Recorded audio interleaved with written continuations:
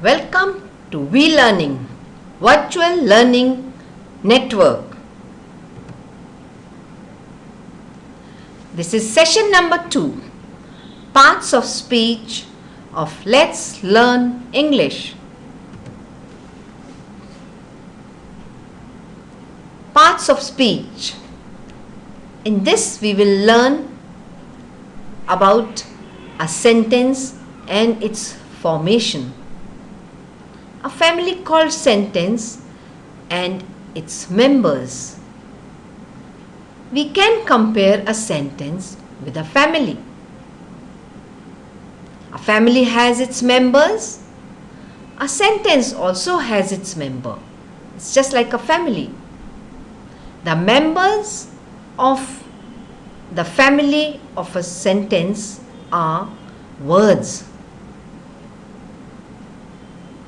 Like in a family, all members have names. Here too, all members of a sentence, that is, all the words that make up a sentence, have names. What are those names? In this session, we are going to learn about those words and their names. So we know sentence is a group of words that makes sense. If it is a group of words but it does not make any sense, it would not be called a sentence. So, sentence is a group of words that makes sense. There are 8 parts of speech, or you can say there are 8 members in a family of sentence. And these parts of speech are noun, pronoun, verbs, adjectives, adverbs, prepositions, conjunctions, and interjections. Nouns are the names of people, place, things, qualities, and feelings. We are quite familiar with the names of people, places, and things. But what about the names of qualities and feelings? Yeah, even the qualities have some names. Otherwise, how would you identify? How would you differentiate between the quality of being honest and the quality of being sincere? Similarly, feelings. If feelings didn't have names, how would you differentiate between the feeling of happiness and feeling of sorrow? So the names of qualities and feelings are also called nouns. Let's look at some of the examples. People, Edward, Mahatma Gandhi. Place, Delhi, Chennai. Things, ball, chair. Qualities, honesty, beauty. So the name given to the quality of being honest is honesty. The name of the quality of being beautiful is beauty. Feelings, pain, a feeling which hurts us is called pain. Love, a feeling of care, affection, it's called love. So remember, pain, love, honesty, beauty are also nouns. Nouns are in numbers. As I told you, nouns are names of things, places, people, etc. So there could be one of it or there could be more than one. So nouns are singular and plural. Singular one, plural more than one. Boy, boys. One tree, trees. One man, men. One baby, more than one babies. Child, children. So these we call singular nouns and plural nouns. Nouns have gender, male, female. So, male nouns are called masculine nouns in grammar, in the language of grammar. Female nouns are called feminine nouns. Masculine, man, boy, father, lion, horse, grandfather. Feminine, women, girl, mother, lioness, mare, grandmother. But what about chair, table, ball? Well, we also have a gender for them. Since they neither belong to masculine gender, non-feminine gender, they are called neuter gender. What about words like teachers, friends, students, cousins? Because these include both male and female. Teachers could be male or female, friends could be male or female. Well, we also have a name for them, and that is common noun. So, nouns which have both masculine and feminine gender in them are called common nouns. Non-living things which are neither masculine nor feminine are called neuter gender. Types of nouns. Well, we can count certain things, we cannot count certain things. We can count things like chair, tree, children, students. But can we count things like water, food, air, sugar?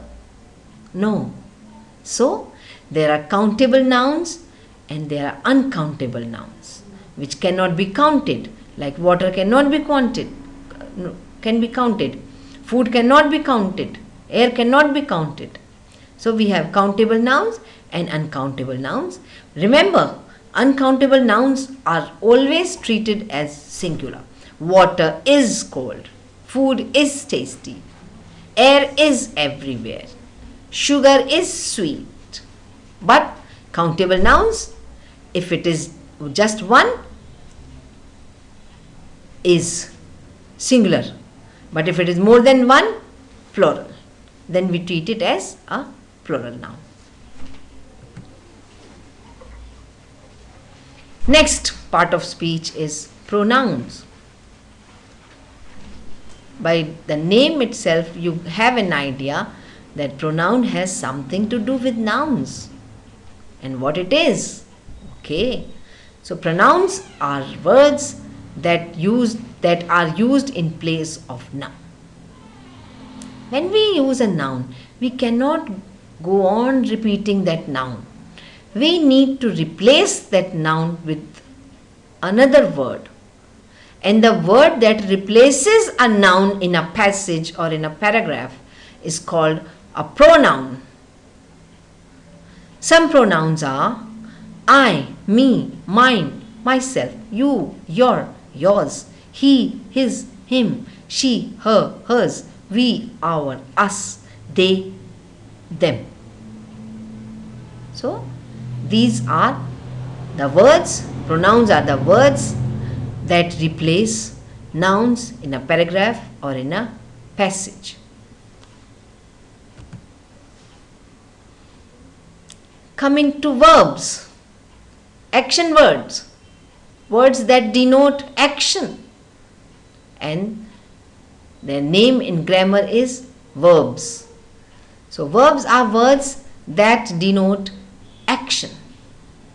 Example, play, shoot, cook, throw, dig. But what about words like is, am, are, was, were? Aren't they verbs? Yes, they are also verbs, but they are helping verbs because they do not indicate what action. They only indicate the time of the action or the state of the action.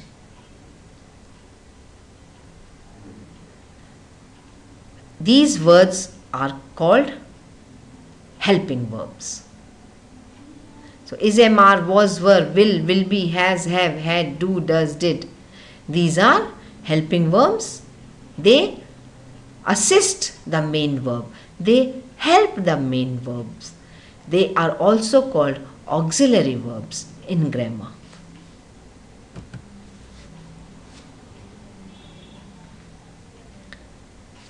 Adjectives are words which describe qualities, color, shape, number, and the quantity of a noun. Example, qualities, pretty woman. What type of woman? Pretty. Color, red rose. What color rose? Red. Shape, round ball. What shape ball? Round ball. Number, how many friends? 4 friends. Quantity, 5 milliliter water. How much water? 5 milliliter water. So words which describe quality, color, shape, number and the quantity of a noun are called adjectives. Remember, adjectives always come before nouns. Pretty woman, not woman pretty. Red rose, not rose red.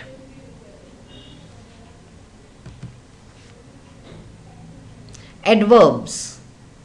As the name suggests, these are words which add something to the verb or action.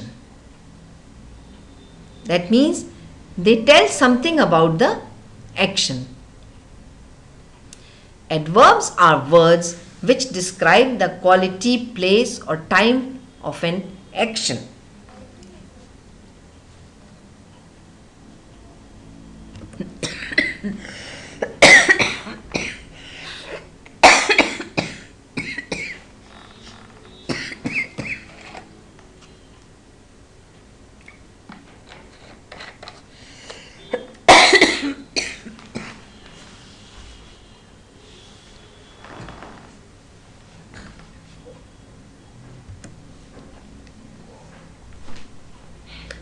Quality. Cook well. Well is the verb. An action. Cook is the verb, an action, and well is the quality of that action. Cook well. Walking briskly. Walking is action. How? Walking briskly, fast. Place. Come here. Come is an action, but where to do this action? Here. So here is an adverb. Play outside. Play is an action. Where play? Outside. That is an adverb. Time. I meet her regularly. I phoned you yesterday. Phoned, an action. When phoned? Yesterday. So yesterday adds something to the action, to the verb.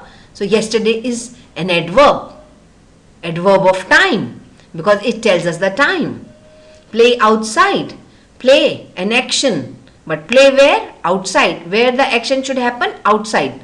So outside tells us more about the action. So outside is adverb. Adverb of place.